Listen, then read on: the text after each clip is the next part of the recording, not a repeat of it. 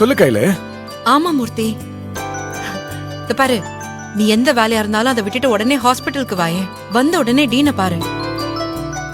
அவரு உனக்கு இந்த கேண்டீன் ஆர்டர் கொடுக்கறேன்னு சொல்லிட்டாரு. கையில என்னால நம்பவும் முடியல. ரொம்ப சந்தோஷமா இருக்கு கையில. இங்க பாரு மூர்த்தி, இந்த ஆர்டர் கிடைக்கிறது அவ்வளவு சாதாரணமான விஷயம் கிடையவே கிடையாது. இதுக்கப்புறம் தான் நீ ரொம்ப பொறுப்பாவும் கவனமாவும் இருக்கணும், சரியா? ஒரு நாளைக்கு குறைஞ்சது 100 பேருக்கு மேல சமைக்க வேண்டியதா இருக்கும். சாப்பாடெல்லாம் ரொம்ப குவாலிட்டியா இருக்கணும். நீ விடு கையில, எல்லாத்தையும் நான் பாத்துக்கிறேன். இந்த வேலை கிடைச்சது ரொம்ப பெரிய விஷயம் தெரியுமா? இத பாரு, எந்த தப்பு நடக்காம நான் பாத்துக்கிறேன். உன் நம்பிக்கையை நான் காப்பாத்துவேன் கையில. சரி சரி, நீ உடனே கிளம்பி வா. கையில், நான் இப்போ உடனே வரணுமா? ஏய், டீன் கொஞ்ச நேரத்துல கிளம்பிடுவாரு, சீக்கிரமா வா. ஏன், என்னாச்சு? ஒண்ணு இல்ல, நம்ம தேவிய செக்கப்புக்கு கூட்டிட்டு போகணும்னு சொல்லிட்டு இருந்தேன்ல, அது இன்னைக்குதான்.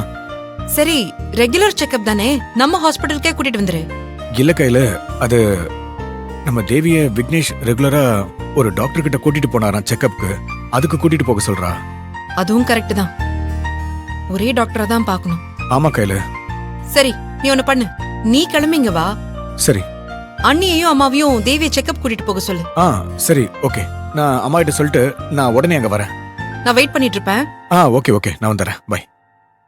மா மா அன்பி, உங்க எல்லாருக்கும் ஒரு சந்தோஷமான விஷயம் சொல்ல போறேன். அம்மா எங்க? என்னடா? சூப்பரான ஒரு சந்தோஷமான விஷயம் சொல்ல போறேன்டா. தெரியல, கூப்பிடுறாரு.